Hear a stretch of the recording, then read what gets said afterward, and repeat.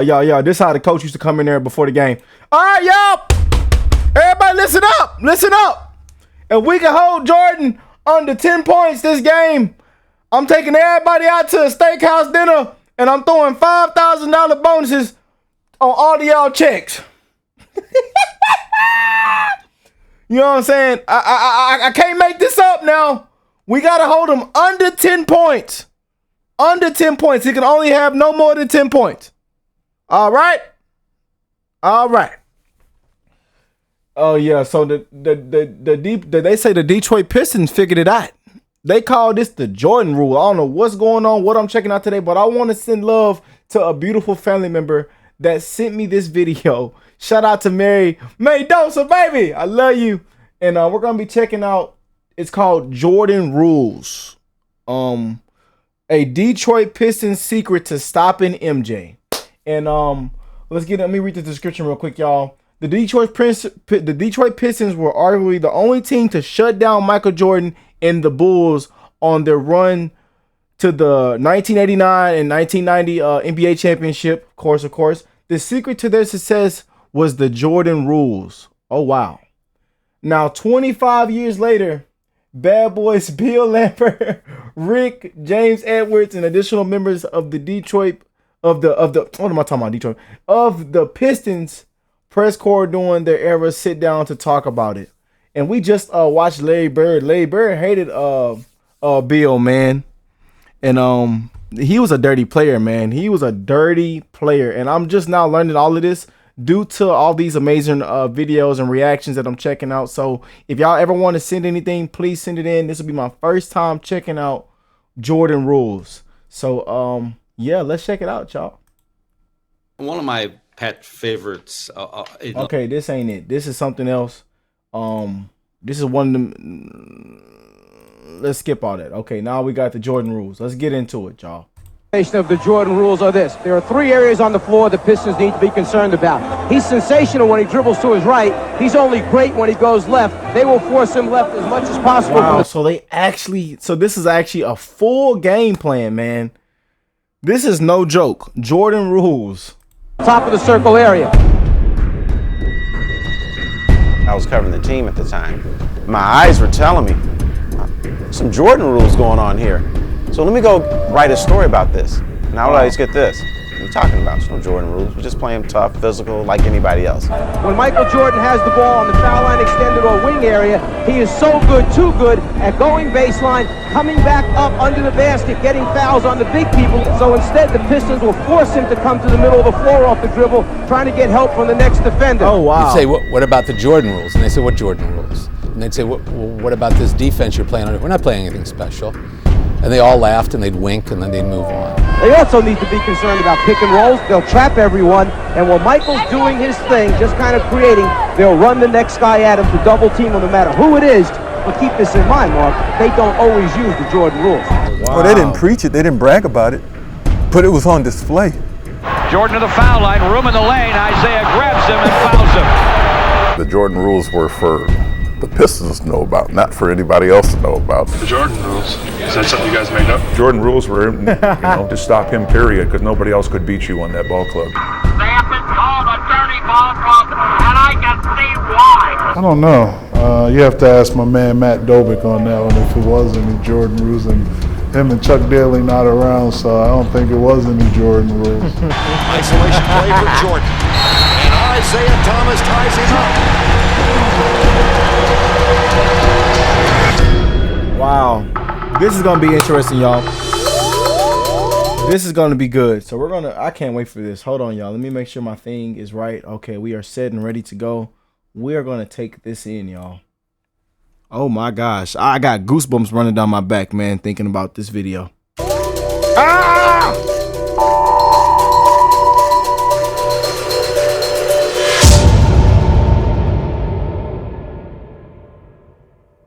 How high can this man fly? Michael Jordan is soaring, and the Chicago Bulls are going right with him. Jordan is averaging 38 points a game in the first 2 playoff 38 points a game, baby. But now, Superman faces his toughest test.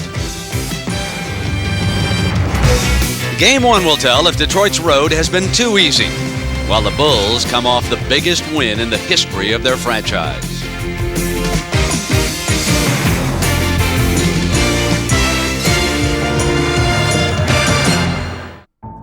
All right. You know, the whole Pistons Jordan rules thing was frustrating as a beat writer because I was covering the team at the time. And I would always get this. What are you talking about? There's no Jordan rules. We just play them tough, physical, like anybody else. So I'm like, all right, cool. Good afternoon, everybody, and welcome. I'm Brent Musburger along with Bill Raftery. Let's get right to it. The man was an ex-coach. How do you stop Michael Jordan? There's not much you can do with him. You have to make him go east to west in the fast break. He's good on the perimeter, but he's great when he penetrates. At certain times, teams found themselves watching and in awe of him and maybe bashful about, you know, being physical with him. I was in the Detroit Pistons locker room before the game, and it's very obvious they would like to wind this thing up tonight. And while I was down there, Chuck Daly unveiled his final instructions for the players, and I wrote them down for you. Chuck Daly devised it, and his coaches, and it probably is one of the great things that made Chuck Daly the great coach that he was in everyone's eyes. Seventh game intensity, he said. Let's play like this is the seventh game. Control the boards, energy. Nothing new for the bad boys, he says. Intimidate and dominate. And then on the bottom in big capital letters it says, follow the Jordan rules. And I said, what are the Jordan rules? Follow the Jordan rules. They said simply, when he goes to the bathroom, we all go with him. Let's go back again. There were no secrets. I mean, everybody knew what the rules were, and that was to put him on the floor when he came to the basket and try to keep him from the crowd-pleasing,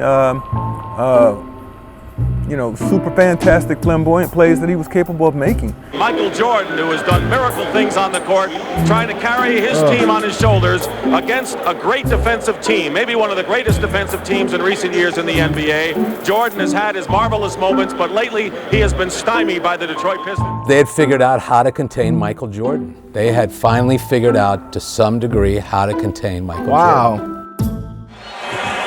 There is Michael Jordan and Bill Cartwright. The Pistons are in blue, the Bulls are in white. Chicago's ball with John Paxson still showing effects of that sprained ankle. Let's see the movement now. They try to go down inside to get either Grant or Pittman off early. Here's Grant. Lane Beer made him change his shot. Here comes Isiah Thomas chugging up court. So what you had to do is you really had to look at the games. And the Jordan rules were pretty simple. And there was a couple versions of them. But one, Joe Dumars would guard Michael Jordan, and he would sometimes be doubled by Dennis Rodman, or Joe Dumars would try to, you know, funnel him left into John Sally or to James Edwards or whatever big guy was there. And the idea, the concept was to get Jordan to pass out or to take difficult shots. Jordan, good pick from Pippen on the pick and roll, and then a good defensive effort from James Edwards. Chased down by Rodman. Down low, Jordan coming around a screen, gets him into the paint, Lambeer to help out, and great Detroit defense. Michael Jordan. Jordan, short with a shot. Get back. The second part of the Jordan rules was that, you know, you send Joe Dumars somewhere else, all of a sudden you got 6'7", 6'8" Dennis Rodman on you. And Dennis Rodman was a physical player, and he would be hitting Jordan, hitting him, moving his feet. And Jordan didn't like that. Dennis! Yeah, Dennis! And your call, Dennis! On Michael Jordan.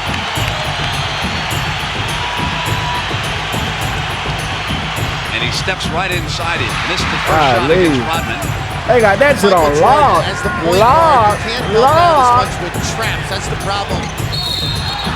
Coming inside, offensive foul is the call. So you had Joe Dumars, who probably, you know, was more compact and just stand in your face and guarding you and funneling you somewhere. And now you have Dennis Rodman, who's trying to get inside of your head, tapping you. Dennis. Dennis. So he got two different looks. And so when Jordan got accustomed to Rodman, here comes Joe again, and now you have the other Jordan rules where you kind of funnel him into traffic. So the Detroit Pistons have so many things to think about. I made a list for you. Defense, rebounds, Jordan, Jordan, Jordan, Jordan. Another part of the Jordan rules was very, very simple. Get the ball to whoever Michael was guarding. Make him work on the other end. If he had to guard Joe, get shots for Joe. If he had to guard Isiah, God help him. 2 seconds, 1 second. Isiah at the The other thing about the Jordan rules is you had to be physical with him. If Jordan got loose, he was going to get hit, and he knew it. Jordan left wing. Jordan to the foul line, room in the lane. Isiah grabs him and fouls him. The only way you were going to slow him down or get him to think about what he was doing, you know, coming inside and jumping in the air, was to at least give him the thought that he could get hurt. The thing about Jordan, which made him great, is he was able to take the pain, take the physical play, and still play his game. But it was a lot easier for Jordan to do this against other teams than it was for the Pistons. Because other teams said, well, we're going to do the Jordan rules too. But they didn't have the defensive players to pull it off like the Pistons did. And so the Pistons in that way were able to at least get in his mind and cause him to think about, oh boy, where's Lambeer? You know, where's Mahorn? You know, where's Edwards? You know, where's Rodman? He could get hurt, he could get bumped, he could get knocked down at any time. Good afternoon again, everyone. I'm Dick Stockton. We've had a day to think about this, and so is Chuck Daly. After Michael Jordan's 47 points, he decided he was going to go to the team, ask them, how should we defend Michael Jordan? The word is there was silence for a while, but then they came up with an idea. And the question, as I asked Hubie Brown, is how do you anticipate the Pistons playing the great Michael today? Game 7 from the Game 7, man. Game 7. Piston ball. Wires 5 of 6. Back to Dumars. Jordan, good pick from Pippen on the pick and roll. And then a good defensive effort from James Edwards. I mean, he's going to score on you no matter what kind of defense you put on him, because that's the kind of player he was. We just wanted to slow him down and try to double team him a lot and make other people beat us, opposed to letting Michael Jordan beat us. And the Bulls wanted to get the ball to Jordan on the post. He was forced to come outside and get it. Kicked out, and time has been called. He would not pass the ball on time. He would exhaust every option in order to score himself first. And we knew that going in, so just shut him down and you got the game won. Jordan comes to the baseline. Dumars stays with him. Now Jordan into the lane. Can't get the roll. Dumars out. Here's Thomas. Paxson's back. Thomas into him. Off the glass. You play teams because if they got a superstar, if you can negate them and let somebody else beat you, that'd be great. If we felt that Bill Cartwright needed to score 40, then Bill Cartwright can score 40. Cartwright. No call. Blocked by Isiah Thomas. Here's Dumars. He wouldn't give up. That's what I would say about Michael Jordan. He would not give up. Isolation play for Jordan. And Isiah Thomas ties him up.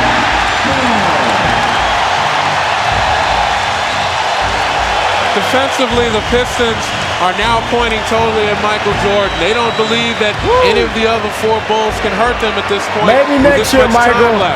If they didn't have the mental part, or that, you know, we're too bullish to believe it's the end, they would have lost that series. They would have lost the game at the Palace.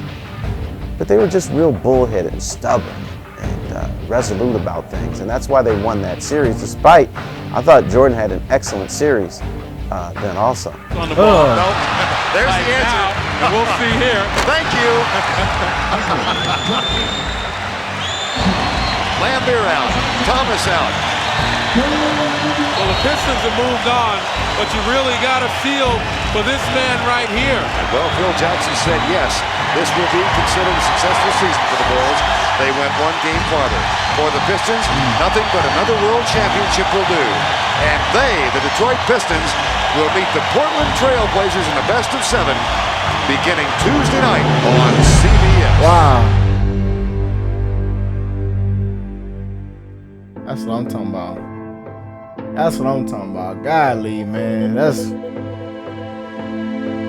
Those years that we beat those guys, I mean, he took a lot of abuse from us. Didn't matter if it was Michael Jordan or if it was Craig Elo. I'd hit them all. It don't matter because you're the opposition. You're not my teammate. I mean, they were our rules, and that's the rules the Detroit Pistons went by, how we're going to play Michael Jordan. And, you know, we kind of played it up a little bit, but that's just the way it was back then. until he learned how to involve his other players, he couldn't win, especially against us. Once he started learning that and gave up some control over his ball club to a degree, that's when they started winning. And we got old, that was part of it, but still you got to give him credit for recognizing that he couldn't do it himself. When Jordan hit that big shot over Dennis Rodman, you kind of started thinking, okay, maybe this is the end. And then he finally figured out, you know, he had to get a lot stronger, get his teammates more involved to beat us. And, you know, by that fourth year, we played them again, and, you know, they finally figured out how to beat us. They swept us. Wow. I don't know why it didn't hold. I think guys just got older. They had different players in. It wasn't quite the group that really held him down before. Every team has their little window of opportunity. We had ours. Could we have won that next year? Tough. They had the home court advantage, and we were getting older. There's no question about that. And you lose a little bit of mental edge at that point. You know, they were hungrier than we were, and Jordan was changing his game, involving his teammates a little bit more. Pippen was growing up. It became their time.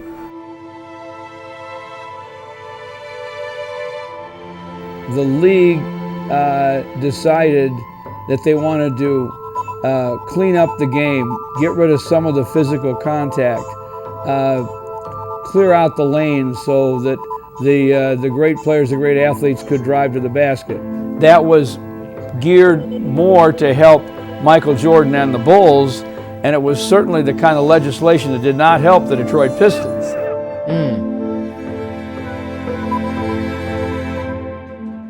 Maybe because the way he was treated in the league, but he's carrying, you know, it's about who would you come see? Would you come see Rick Mahorn or would you come see Michael Jordan?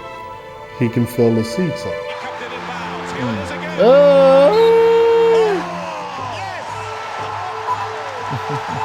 I love that play, man. So those were the rules. Nasty. There were no secret about the rules. I mean, it was very obvious and very vivid for everybody who was watching. It was just that the Pistons were one of the teams that were willing to do it, where others may have backed away from it. The Jordan rules.